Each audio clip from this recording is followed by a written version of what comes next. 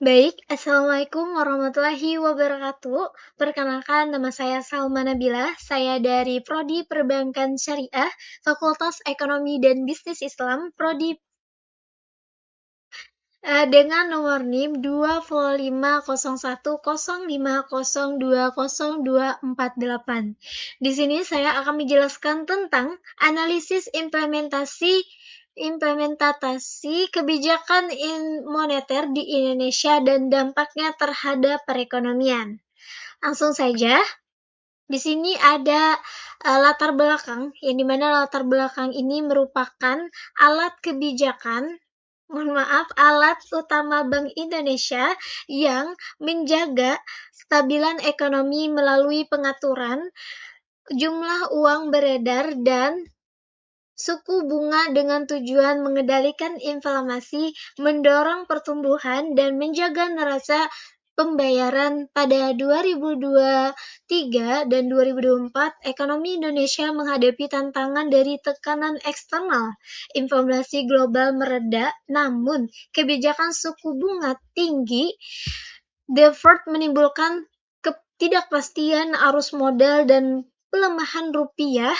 Bank Indonesia merespon dengan hauran kebijakan. Selain suku bunga, juga menggunakan instrumen ini inovatif seperti SRBI, SPBI, dan kebijakan makroprudensi KLM. Kebijakan tersebut terbukti efektif. Inflasi akhir 2024 turun ke 1,57% YoY, terendah sejak 1958.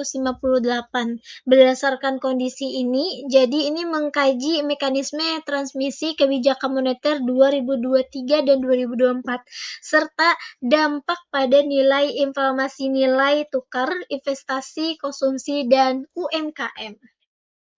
Lanjut. Sini ada rumusan masalah. Rumusan masalah ini bagaimana kebijakan moneter bank bank berpengaruh terhadap inflasi dan nilai tukar selama periode 2023 dan 2024. Lalu sejauh mana kenaikan dan penurunan BI rates berdampak pada daya beli serta pola konsumsi masyarakat. Dan yang ketiga, bagaimana pengaruh kebijakan moneter terhadap investasi dan penyaluran kredit perbankan. Dan empat, bagaimana peran kebijakan moneter dalam mendukung pertumbuhan UMKM sebagai tulang punggung perekonomian nasional. Lanjut. Di sini ada pembahasan, yang dimana pembahasan ini tentang kebijakan moneter. Kebijakan moneter pada dasarnya adalah seperangkat langkah yang diambil oleh Bank Sentral untuk mengatur besaran dan arah keberadaan uang dalam perekonomian. Di Indonesia, tujuan kebijakan moneter itu secara yuridis diatur dalam Undang-Undang Nomor 23 Tahun 1999 tentang Bank Indonesia, sebagaimana telah diubah dengan Undang-Undang Nomor 6 Tahun 2009 yang menyebutkan bahwa tujuan unggul Bank Indonesia adalah mencapai dan memelihara kestabilan nilai rupiah. Kebijakan moneter ini menjadi dua jenis utama. Yang pertama adalah kebijakan ekspansif, yaitu kebijakan yang bertujuan untuk meningkatkan jumlah uang beredar untuk mendorong perekonomian. Yang kedua adalah kebijakan koronatif, yaitu kebijakan yang mengurangi jumlah uang beredar untuk mengendalikan inflasi pada periode 2023-2024. Bank Indonesia telah menerapkan kedua jenis kebijakan ini secara bergantian sesuai dengan kondisi perekonomian yang berkembang. Lanjut. Di sini ada tabel, yang dimana tabel ini perkembangan indikator ekonomi makro Indonesia 2023-2024. Yang dimana pada 2023 inflasi mengalami tren penurunan yang cukup signifikan dari 4,97% di EQ1 menjadi 2,61% di EQ4. Lalu pada EQ 2024 yang dimana trennya penurunan inflasi terus berkelanjut meski Bank Indonesia sempat menaikkan BI rate menjadi 6,25% di EQ2 ya pada 2024. Keputusan ini diambil terutama mengatasi mengantisipasi kelemahan rupiah yang mendekati level pada 16 rupiah 16.000 ya, bukan semata-mata karena tekanan inflasi dan domestik. Hasilnya rupiah berhasil menguatkan ke kiasan RB 215 yang dimana pada September 2024. Lanjut.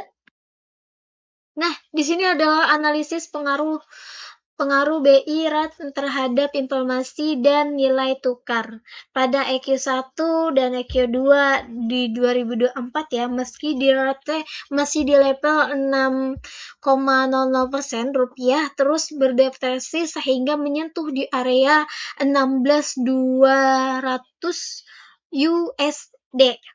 Nah, lalu penurunan BI rate kembali ke 66,00% pada September 2024.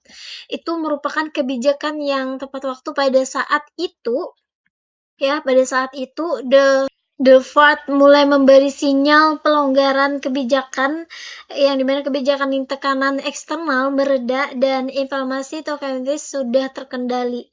Jadi penurunan suku bunga ini bertujuan untuk mengakselerasi pertumbuhan ekonomi tanpa pengorbanan stabilitas harga yang sudah susah payah dibangun. Lanjut. Di sini ada dampak terhadap daya beli dan konsumsi masyarakat.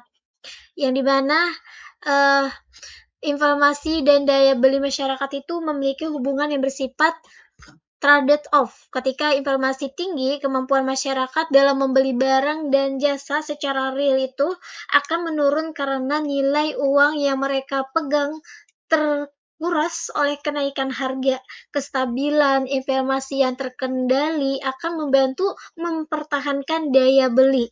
Pada EQ1 2023 ya, ketika inflasi masih berada di 4,970%, tekanan terhadap daya beli masyarakat cukup terasa.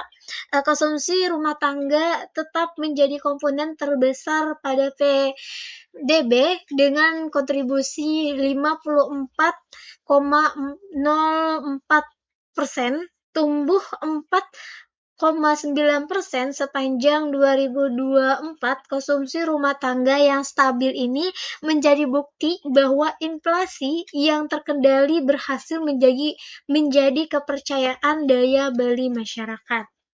Lanjut. Nah, di sini ada pengaruh terhadap investasi dan kredit perbankan.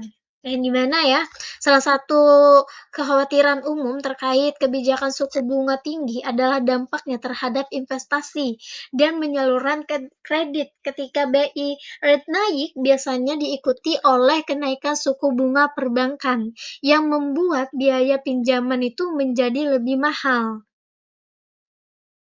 Lalu ada peran kebijakan moneter terhadap UMKM, yang dimana UMKM ini merupakan tulang punggung perekonomian Indonesia berdasarkan data Kementerian Koperasi dan UKM. Sektor ini menyumbang lebih dari 61% PDB nasional dan menyerap sekitar 97% dari total tenaga kerja.